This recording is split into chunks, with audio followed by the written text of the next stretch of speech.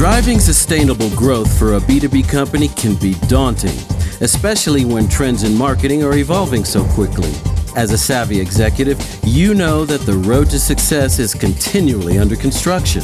So you have to be on the lookout for new insights to help you drive growth. Welcome to Trend Spotters. Our goal is to sift through the noise and provide practical wisdom from B2B business leaders to help you improve your sales and marketing. In each episode, we have frank 15-minute conversations with leading-edge marketing and sales experts who are driving growth for companies every day. Here's Candyce to introduce today's guest. Today, I have the distinct pleasure of interviewing my mentor, Carlos Hidalgo. Carlos is an award-winning industry thought leader on driving growth via demand generation and building a customer-centric mindset in organizations. He's the author of the book Driving Demand and has been recognized several years running as one of the 50 most influential people in sales lead management and in B2B marketing. Until very recently, he was the CEO and co-founder of Annuitas, where he worked with enterprise clients to help to transform their demand generation processes. Before that, he handled global SMB marketing at BMC Software and McAfee. Recently, he launched a new consulting practice called VisumCx, where he helps mid-tier companies transform in order to realize their growth potentials and maximize their sales and their margins. In this podcast, we'll dive into the full life cycle of customer experience management and how it can influence both revenue and profitability in your organization. Carlos, you explained to me what the meaning is. So let's talk about the name of your company, VisumCx, and why you chose that name. Yeah, first of all, thanks for having me. I always love these discussions, so really appreciate it, Candyce. Visum is Latin for the word vision. And when we are talking about delivering on a customer experience for our customers, we have to have vision into the entire customer journey, starting with how they interact with our brand, both the corporate brand and then even perhaps a product brand level, all the way through how they buy at the demand generation phase, through customer support, service and delivery, and ultimately with the goal of turning them into customer advocates or brand advocates. And if we don't have that vision on that entire journey or that life cycle, we really are going to be hard pressed to deliver on customer experience. So that's the meaning behind the name. So you've been seeing a lot of trends around this and how companies need to make a commitment through the entire company on these customer-centric strategies. Can you talk about what you're seeing in the industry and what's allowing companies to grow fast and what's causing them to falter? Sure. I think, what's causing them to grow fast is when there is a hard, fast commitment from leadership to customer experience. 72% of CEOs have said that customer experience is their top priority, and 86% of customers who have been surveyed have said they will spend more for a good customer experience. So when you think about that, if we can get that right as an organization, we are going to win more deals, we're going to make more money, we're going to retain more of our customers. And so that is a true competitive advantage. Where I'm seeing the disconnect in organizations and where I'm seeing these mid-market growth organizations struggle is having their internal folks first understand what brand value and what brand promise they should be delivering to the customers. I talked to a customer the other day, or a prospect, and I mentioned this to her, and she kind of chuckled and said, "You could put our executives in a room, and I don't think they would all agree on what our brand promise is or what we should be delivering to the customers." So first and foremost, you have to make that brand value and that brand promise part of the DNA of your employees so they can deliver that at the marketing level, at the sales level, service and support, first and foremost. Secondly, you have to make sure that it aligns with your current customers. Is that really what your customers are expecting? You and I spoke about customer expectations last week. And so really understanding, does that align? And then how do we break down the organizational silos to really empower our people to deliver on that brand promise? So that is a massive change. That is a big transformation that has to occur in organizations. And it's hard work. So it's more than just a digital experience, a content experience, good salespeople. It's really that continuity from brand through customer advocacy that has to be delivered in the trenches. You and I talked about an example of a company that was really struggling with that, even at the technology level, because their customer support people and their implementation people weren't even able to see the same support tickets. So it's not just about making sure that people understand the brand. I think it's also about enabling them, right? It absolutely, and that's what I meant from an empowerment perspective, but enabling them to have the information. And again, I see a lot of articles being written about the new wave of customer experience technology or customer support technology.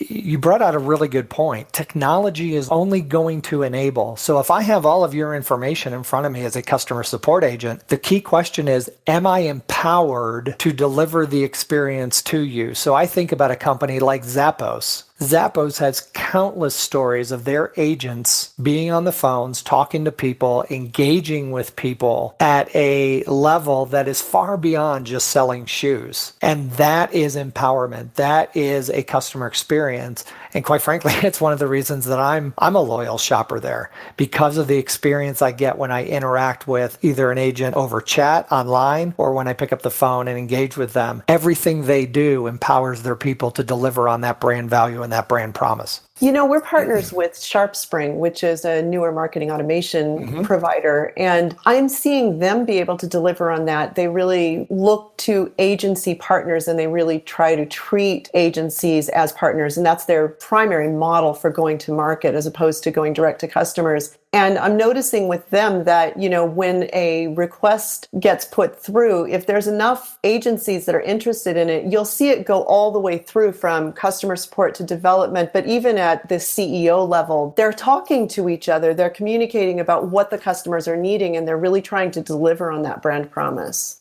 Yeah, and I think that's the new frontier of competitive advantage. If my brand promise aligns with my target customer segment and I'm meeting and exceeding my customer expectations, again, at every level, at the brand level, at the content for demand generation level, making it easy to buy, making your buying decisions informative. If I'm delivering at the sales level, at the professional service level, at the customer support level, I don't not only become a brand advocate, I become a brand defender and will absolutely pay more money for that experience. And this is where companies have to go. And again, what I see is, well, it's marketing's job. Yes, it's partly marketing's job, but it's also so much more than that. It literally has to be driven from the top down, from the CEO level, to say, we are going to break down these silos. We're going to empower our people. We're going to make sure our people have our brand promise as part of that DNA. And Tim Cook at Apple talks about DNA a lot from his cultural standpoint. So it's much more than just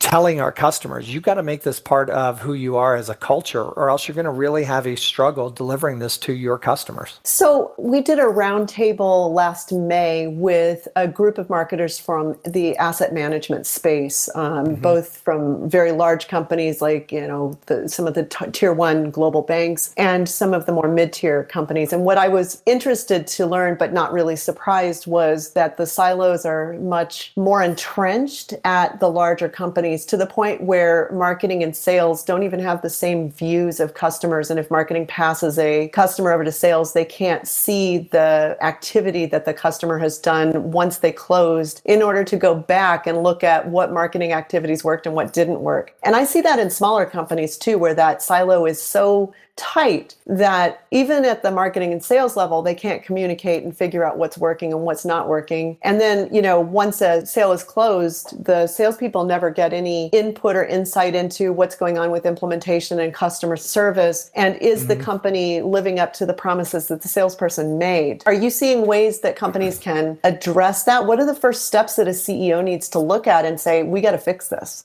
I think we have to undo some of the cultural norms that companies are stuck in. And what I mean by that is, I still talk to marketers where I hear the mantra, sales is my customer. That might have been true 20 years ago when I started, 20 plus years ago when I started my career.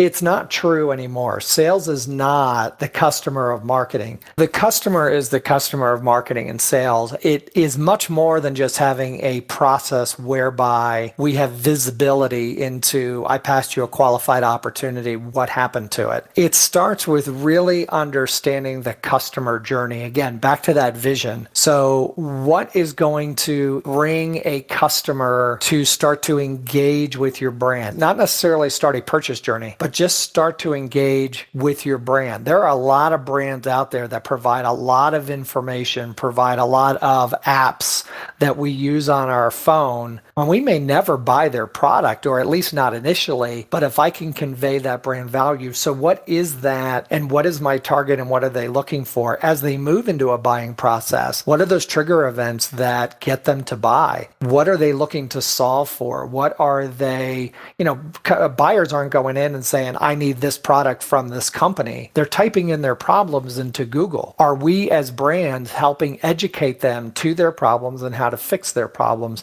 And then once they buy, once they say, I do, are we actually making it easy for them to use our services, to use our product? Are we continuing to educate them and engage with them? I once worked with a guy who, dead serious, told me that his father was known for telling his mother, I told you I love you on the day we got married. If that ever changes, I'll let you know. We treat our customers the same way. You bought our service, you bought our product. The next time you hear from us is going to be 45 days before renewal. That's not a really good customer experience. So it's more than just having visibility from a data perspective. It's truly aligning marketing and sales around the customer and understanding their drive for brand engagement, how they buy, who's involved in that buying committee, who is going to use the product longer term, who's going to be the decision maker to renew, buy additional product, and who do we really have to make happy in that account and exceed those expectations. Marketing and sales have to work together to do that. And we also have to enable people on the front lines from a professional services and customer support to keep those expectations met all the way down the line. And that's when we will start to get brand advocates that start to voice the value of our brand to their peers. And there is the competitive advantage. And I think also that the stories that are happening at the front lines need to filter back up to the marketing and sales and product development and the strategy, because those discussions down there in the weeds can really formulate your business strategy.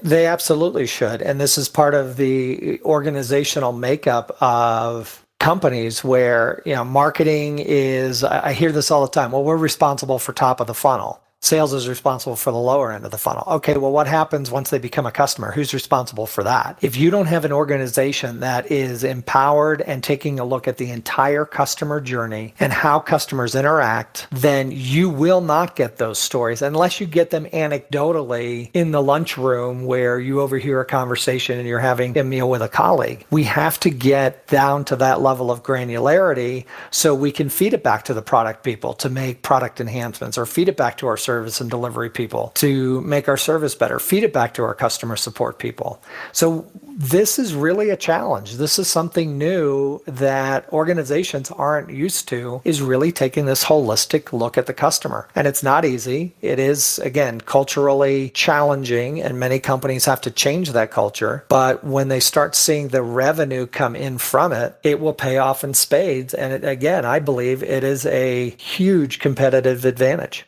It can also be a big game changer if you have products where you can do cross-selling and any kind of account expansion. Oh, absolutely. Absolutely. And I don't know many companies that only sell one product, but that's really where it's at. That's what's going to lead to the growth of your organization, is if you are able to meet that experience or exceed that experience. You think about retention rates with subscription-based companies. You think about cross-sell, upsell. I met with a customer or a prospect not long ago. Actually, it was long ago now that I think about it. It doesn't seem that long ago. But we were talking about company growth. And one of the guys in the room who was an ops said, did you know if we could just, at the time of renewal, if we could uplift 10% of additional product to that renewal across our customer base, we would drive $40 million in incremental revenue to the business. $40 million in a year. So I said, well, there we go. That's where we're going to focus. And the response killed me. And they kind of all looked around the table and they said, well, if we actually had vision into our customer and our database, we could do that. But nobody's willing to make the investment to get there. I was shell-shocked. If I'm the CEO, I'm saying, okay, let's put $10 million into this if we have to get 40 million back. But it was more of,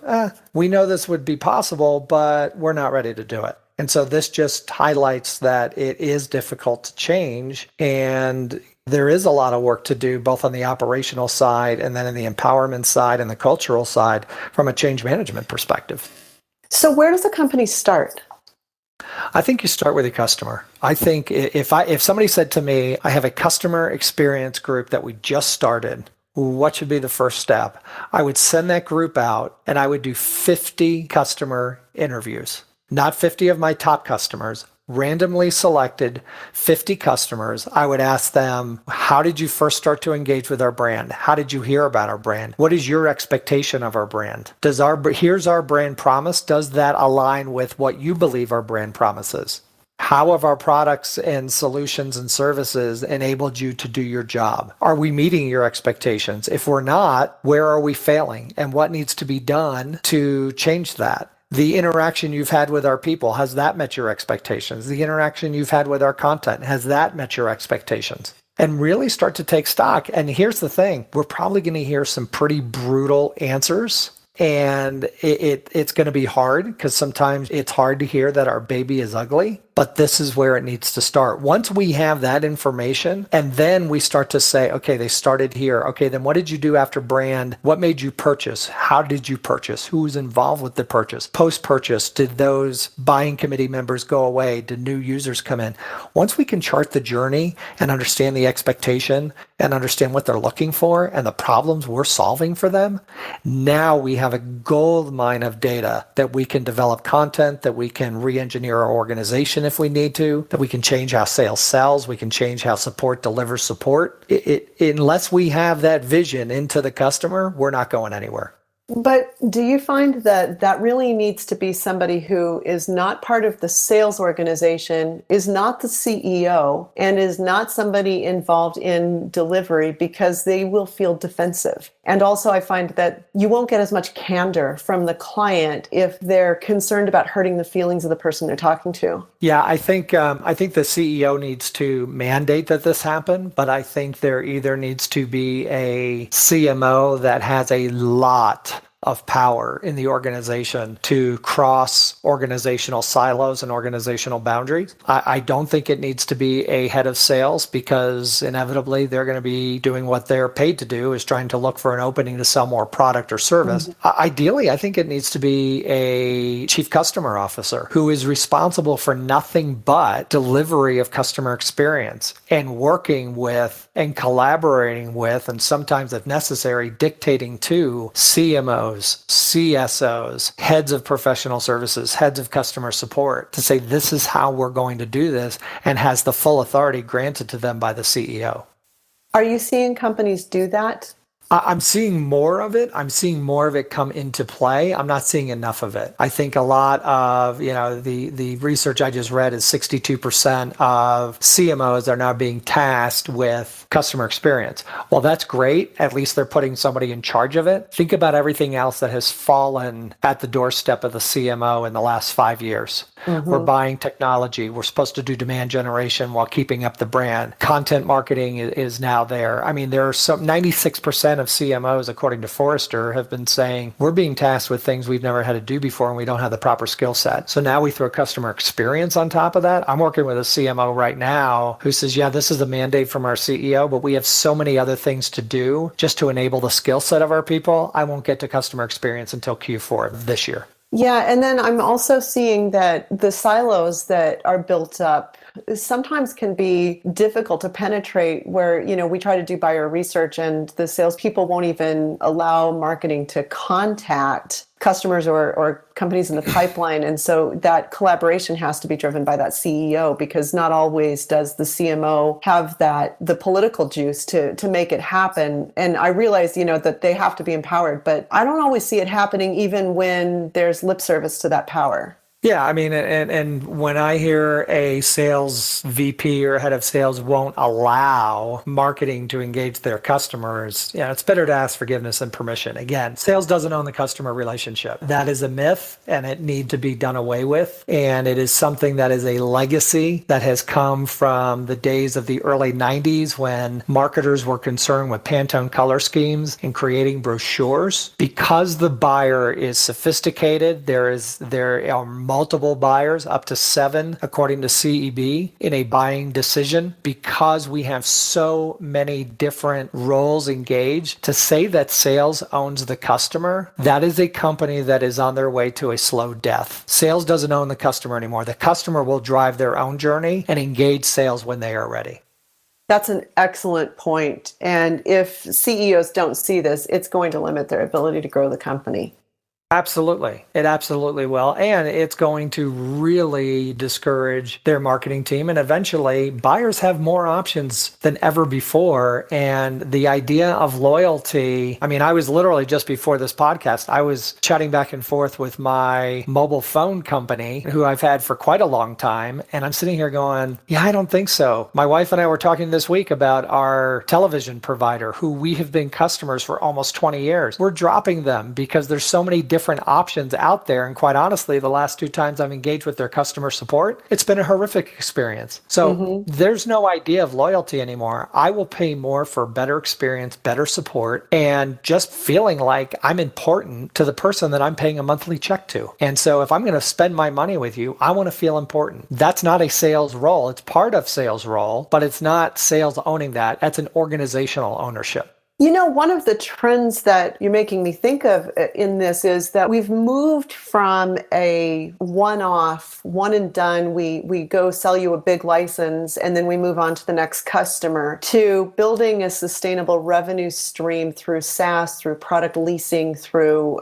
service-based businesses, managed services. And most companies have gone that way because it creates a more sustainable revenue model. Oh, absolutely. You absolutely have to change your way of dealing with customers if you want that sustainable revenue model to work. Yeah, again, I mean, I don't have to necessarily renew every year. If I have a bad experience with you, I can move on. Right. And so, again, I think this is one of the new frontiers that organizations have to address, is really making sure that they have a holistic view to their customer every touch point. And if they don't, they're going to have a hard time servicing that customer to the point where that customer is going to become an advocate for them. And so that is every level of the organization. I mean, you think about even cultural change and making sure this is part of the DNA. Well, then you say, okay, well, that involves HR too. And it probably is going to impact how finance is going to measure customer advocacy and customer spend and all those things. So it is truly an organizational shift. And it's something that CEOs have to mandate and ensure that they are allowing their people to do it the right way. So that's a great way to close. I think we're about out of time, but thank you very much for taking the time to talk about this. The customer experience is so, so important. Thank you for having me. I really appreciate it and always enjoy these discussions. Thanks, Candyce. All right. Have a great day, everybody. You can learn more about Carlos and his company at VisumCx.com. That's VisumCx.com. You can also find links to his website and his Twitter and LinkedIn profiles on our site at propelgrowth.com/trendspotters. Hey, thanks for listening. We hope you found value in today's episode and would welcome your feedback. For more marketing tips and insights, visit us at www.propelgrowth.com. And would you do us a favor? Tell your friends about the TrendSpotters podcast. Thanks. And we hope you'll join us for our next episode. You can subscribe to the podcast via iTunes or Stitcher. To receive email updates, visit www.propelgrowth.com/trendspotters.